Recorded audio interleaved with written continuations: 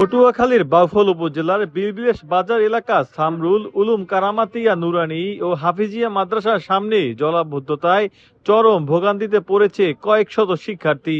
স্থানীয়দের অভিযোগ, বৃষ্টির পানি নিষ্কাশনের জন্য কোনো ড্রেনেজ ব্যবস্থা না থাকায় এবং মাদ্রাসার সামনের সড়ক নিচু হওয়ায় সামান্য বৃষ্টিতেই পানি জমে যায়।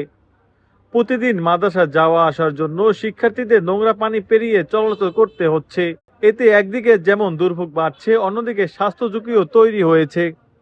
বাউফল ইউনিয়নের এই জায়গাটা হইল জোনপুরি পীর সাহেবের কেন্দ্রবিন্দু এবং বাউফল উপজেলার বাউফল ইউনিয়নের সদর অট। এই সদর অটটা ওই যে পিছনে একটা মসজিদে মাদ্রাসার একটা বিল্ডিং হয়েছে, সেই বিল্ডিংটার এই এত বছরে ঘটনা কোনোদিন ঘটে নাই। ওই বিল্ডিংটার কারণে এই জায়গাটা তলাইয়ে গেছে। তলাই এখন এই পানিবন্দি এনে 200, 100, 150 ছাত্র আছে।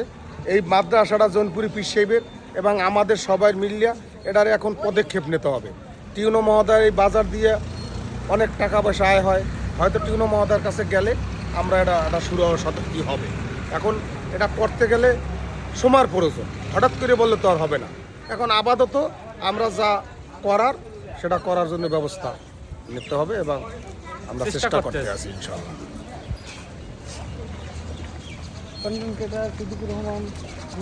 এটা হইলো যে এই যে মূল ফটকটা কিন্তু শুধু খানকা না, এই মূল ফটকটা কিন্তু এই বাউফল ইউনিয়ন পরিষদের সাবেক ভবন, এই যে পুরাতন ভবন আছে, ওই যে ওই জায়গায় ক্যামেরাটা ধরেন, ওই 12 নং বাউফল ইউনিয়ন পরিষদ মূল ফটক।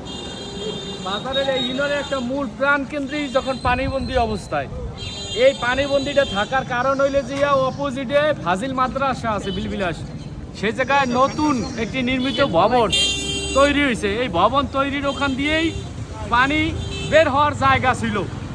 পানি বের হওয়ার জায়গা ওখান দিয়ে থাকার কারণে ওই ভবনটি নির্মাণ হওয়ার কারণে ওই জায়গাটা আটকাইয়া যায় এবং প্রভাবশালী ব্যক্তিদের কিছু জায়গা থাকার কারণে তারা এই পানি বের হওয়ার এই লাইনটা তারা করতে দেয় না। এই জন্য বাধাগ্রস্তর কারণে এখানে আজকে পানিবন্দি এই বিলবিলাস বাজারের মূল ফটকটা।